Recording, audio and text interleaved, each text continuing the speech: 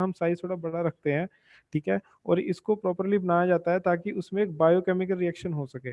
जो भी हम अर्थ सरफेस के नीचे इसको जहाँ पे भी बनाएंगे, तो वहाँ पे हमारी कोशिश ये रहती है कि वहाँ पे जब कलेक्ट होगा ये जो फिकल मैटर है, जो भी हमारा जो वेस्ट मैटर है, तो वहाँ पे उसके अंदर बायोकेमिकल रिएक्शन जो है, वो बायोकेमिकल रिएक्शन उसमें हो सके, ठीक है। और वो कब होगी, जब वहाँ पे एरोबिक बैक्टीरिया, मतलब कि ऑक्सीजन की प्रेजेंस में उस पे बैक्टीरिया एक्ट करेगा, तो उसकी वजह से बायोकेमिकल रिएक्शन होगी, ठीक है। और वो बायोकेमिकल रिएक्शन उसको जितना भी वहाँ पे वेस्ट प्रोडक्ट है उसको डिकम्पोज करेगी, ठीक है। An underground sewage system with complete treatment of sewage may be neither feasible nor economical in rural areas, ठीक है।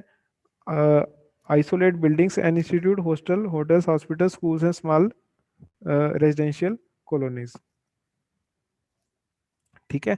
तो अंडरग्राउंड अगर हम इसको बनाते हैं सीवेज सिस्टम को, ठीक है, अगर हम पूरा ट्रीटमेंट भी वहां पे करते हैं, अंडरग्राउंड सीवेज सिस्टम भी डालते हैं, ठीक है, तो वो कई बार सक्सेसफुल नहीं रहता है। तो इसीलिए हम सेप्टिक टैंक जो है या फिर सिसफुल है उसकी हेल्प लेते हैं, ताकि वहां पे हम उस जो चैम्बर है वहां पे हम जितना भी वेस्ट है उसको हम डिस्पोज ऑफ कर सकें, उसको हम इकट्ठा कर सकें, ठीक है। This tank should not be located near the building और स्वैम्पी एरियाज और फ्लडेड एरियाज। तो डिफरेंस ये है कि सिसपुल जो था वो हमने बिल्डिंग का जो एरिया था उसके अंदर ही बनाया, और सेप्टिक टैंक जो है इसको हम थोड़े डिस्टेंस पे बनाएंगे बिल्डिंग से, मतलब कि जहाँ पे हमारी बिल्डिंग है उससे थोड़ा सा हम इसकी जो लोकेशन है वो दूर रखेंगे, ठीक है। Should never be allowed in open drainage system because it may cause health hazards nuisance and mosquito breeding.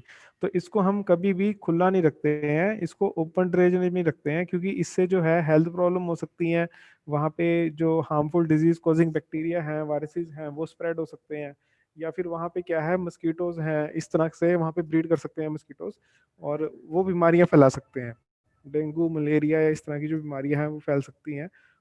तो जो भी हमारा सिस्टम है उसको हम हमेशा कवर्ड करके रखेंगे चैम्बर की हेल्प से, और उसको ढक के रखेंगे, उसको हम कभी भी खुला नहीं रखेंगे, ताकि वहाँ पे किसी भी तरह की जो है बीमारी ना फैले, ठीक है, और वहाँ पे किसी भी तरह की जो गंदगी है उस एरिया में वो इकट्ठी ना हो।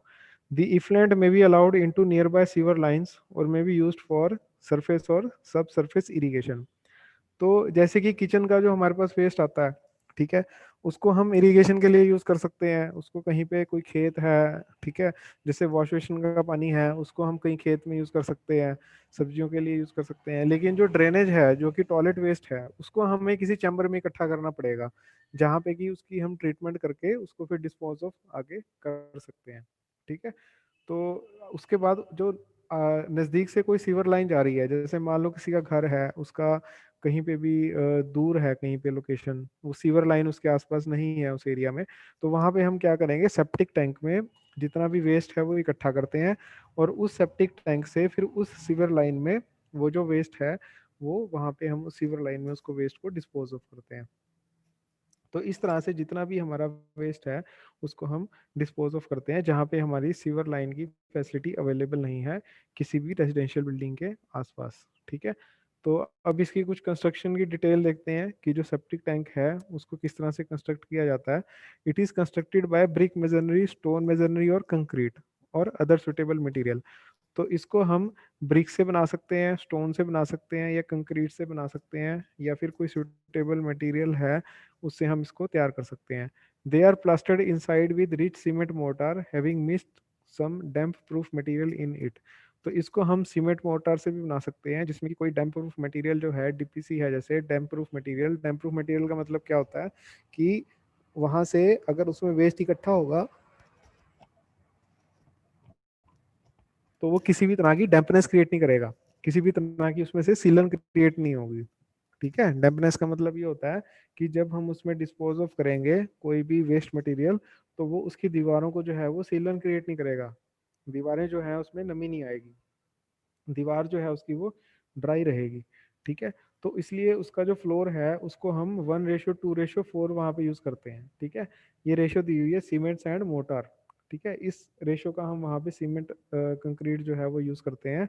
और वहाँ पे एक स्टीप स्लोप प्रोवाइडेड की जाती है। स्टीप स्लोप का मतलब क्या है कि वहाँ पे एक ग्रेडियंट प्रोवाइड किया जाएगा, ताकि वहाँ पे जो भी मटेरियल डिस्पोज ऑफ हो रहा है वो एक ग्रेडियंट की हेल्प से आगे जो पाइपलाइन है, जो आउटलेट है, जो उसको सीवियर पाइप तक लेके जा रही है, वहां तक वो उसको डिस्पोज ऑफ कर सके। ठीक है।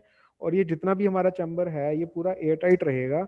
ठीक है। उसमें हम स्टील कवर भी प्रोवाइड कर सकते हैं टॉप के ऊपर, ताकि वो खुला ना रहे। मैन होल है, जो मैन होल प्रोवाइड करते हैं। मैन होल क्या होता है, एक ओपनिंग होती है, ऊपर चैम्बर होता है।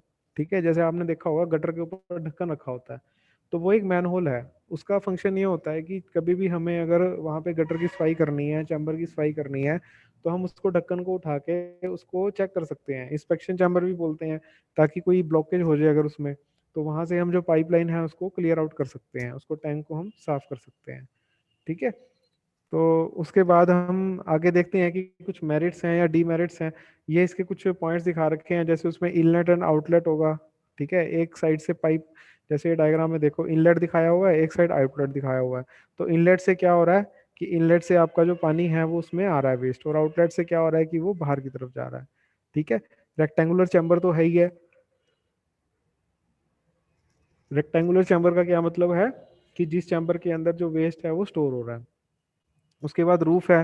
रूफ उसका ऊपर बना हुआ है, वो आरसीसी स्लैब से बना हुआ है। यहाँ पे स्पेलिंग गलत है, इसमें आरओसी लिखा हुआ है, ये आरसीसी है।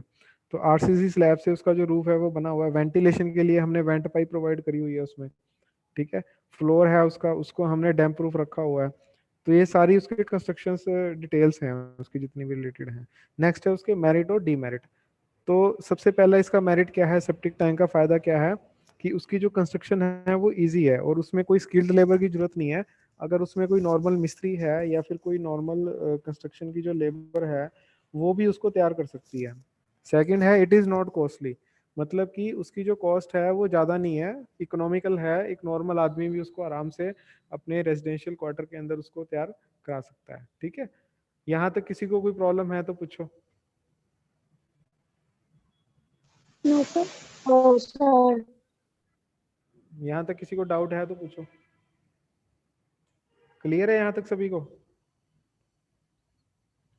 Yes sir. ठीक है। तो नेक्स्ट देखो, suspended solids are removed by 85% and BOD by 90%। तो यहाँ पे कम से कम भी हमारे पास जो सस्पेंडेड सॉलिड्स हैं, जो उसके अंदर वेस्ट हैं, वो 85% वो रिमूव हो जाते हैं। जो कि सेप्टिक टैंक है, उसको हम अगर वहाँ पे बायोकेमिकल रिएक्शंस जो हैं, तो उसमें से सस्पेंडेड सॉलिड्स हैं वो 85% तक ट्रीट हो जाते हैं, और बीओडी जो है वो 90% तक ट्रीट हो जाती है। ठीक है। नेक्स्ट देखो, volume of sludge is less than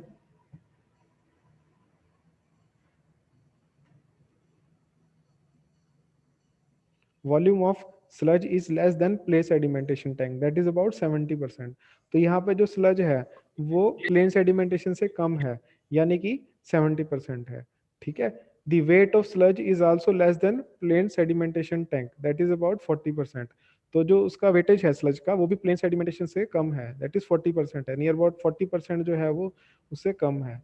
तो उसको स्लज को जो है उसको हम प्रॉपरली डिस्पोज ऑफ भी कर सकते हैं, बाद में हम उसको आराम से डिस्पोज कर सकते हैं, वो वहाँ पे एक्यूमुलेट नहीं होगा। ठीक है। और ये पीछे हमने जो इसका डायग्राम था ये डिस्कस किया है कि इसके क्या क्या कंपोनेंट्स हैं, कहाँ पे इसका इनलेट है, कैसे इसका आउटलेट जा रहा है। ठीक है। इसमें हमारा जो वेस्ट है वो एक्यूमुलेट हो रहा है, किस हिसाब से इसमें हम बायोकेमिकल जो ट्रीटमेंट है वो इसका कर रहे हैं।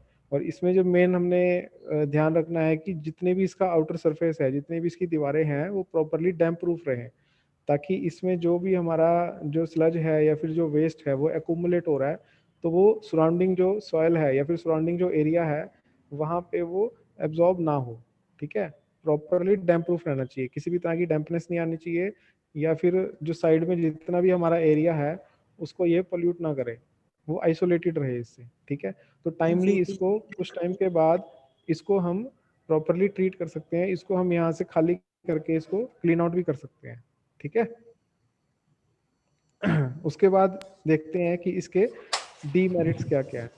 डीमेरिट सबसे पहले है कि it's working is not uniform. तो डीमेरिट इसका ये है कि इसकी हेलो वर्किंग जो है हेलो हमेशा। हेलो सर, हाँ जी।